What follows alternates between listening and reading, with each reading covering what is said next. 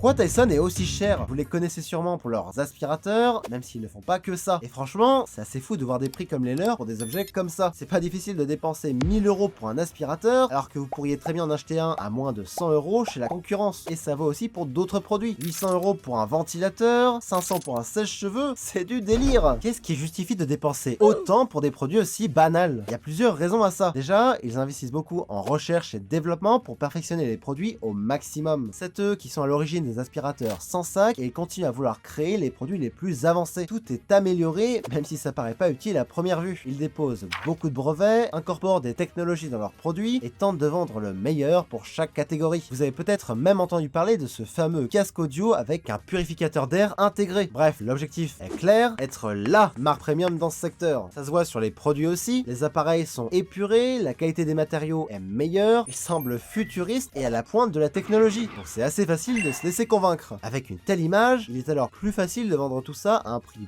bien plus cher que ce que vous trouverez chez la concurrence. Alors oui, c'est souvent meilleur que ce que l'on trouve ailleurs. Mais pour la plupart des gens, c'est une différence qui ne justifie pas de payer 10 fois plus cher pour essentiellement la même chose. Ça a au moins le mérite d'être justifié par la qualité des produits, ce n'est pas le cas de toutes les marques dont on parle aujourd'hui.